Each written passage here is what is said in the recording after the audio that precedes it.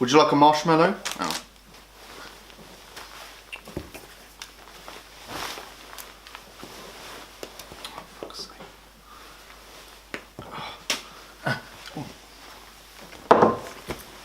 Hey there guys, so 2016 is finally over about a month ago, and I thought it was time to do my top 10 films of 2016.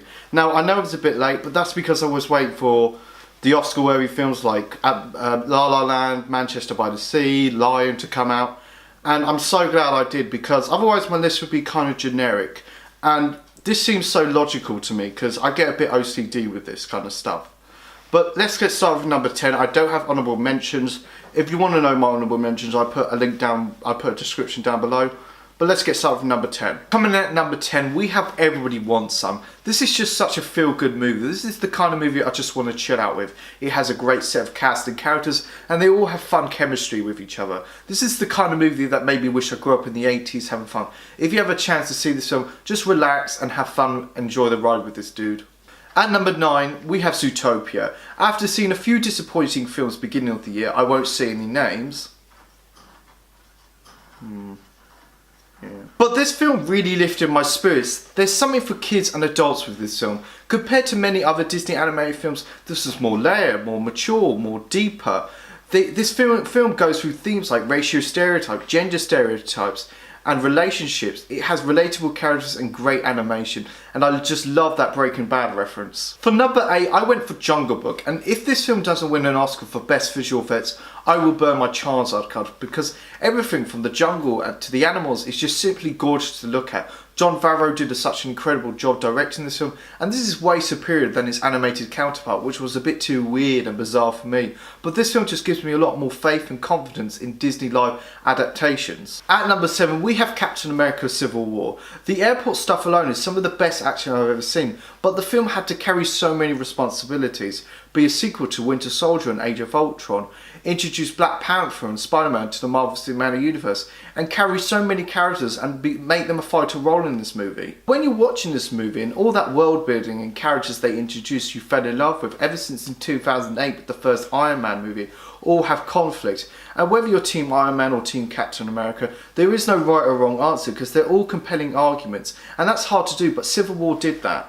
At number 6, we have Hunt for the Wilderpeople, and this film deserved a bigger release in the UK, but thankfully it's on Netflix, so I highly recommend you go check it out. But this film is well written, well directed, hilarious, well performed. This is easily Sam Neill's best performance since Jurassic Park. This is written and directed by Taika Waititi, who is one of my favourite directors to date because he has a great style of comedy. It's dry, it's clever, it's well thought out.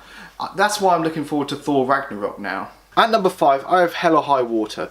This film just proves you that Hollywood still can make original movies. Chris Pine isn't just a pretty face, he can be a powerhouse performer. And Jeff Bridges does the best performance in years, even though it feels like he's mumbling. This is a great drama, has some laughs on the way, and it just gives you this message on what's going on in today's society. At number 4, I have Kubo and the Two Strings. I really want this one to win Oscar for Best Animated Film.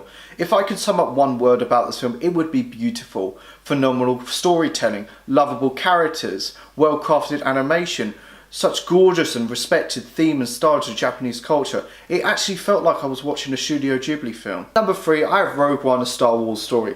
I went to see this movie 3 times and I went to see it in IMAX for the 3rd time. That already tells you how much I love this film. This was able to be a Star Wars movie and a war movie at the same time.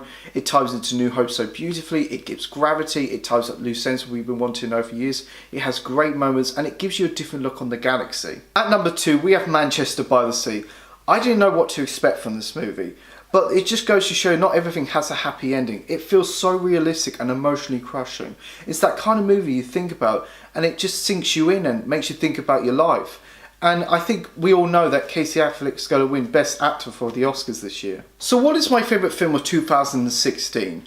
Well, to tell you the truth, this was close to not being on the list, and it wasn't for reasons that I didn't want to, it was for reasons because it was so hard to find. It had such a small release in the UK and the USA, and it was really hard to track down. I've been tracking this film since November, and I haven't found a suitable time. But luckily in January, I found a suitable time that was not in my local theatre. It was about a 45-minute train journey, but it was worth it. And it was in number 1 for 3 months in the box office in Japan, and that was the anime film Your Name. So Your Name is my favourite film of 2016, Words cannot describe how much I adore this film, and this deserved a bigger release in the UK and also in the USA.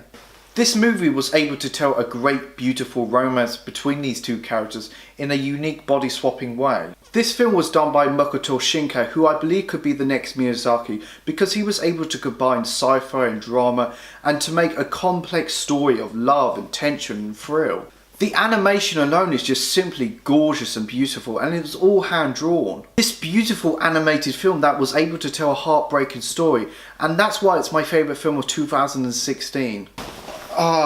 It's finally over. Now I have to work on my top 10 films of 2017. Thank you so much for watching this video, guys. I really hope this hard work and time has really paid off.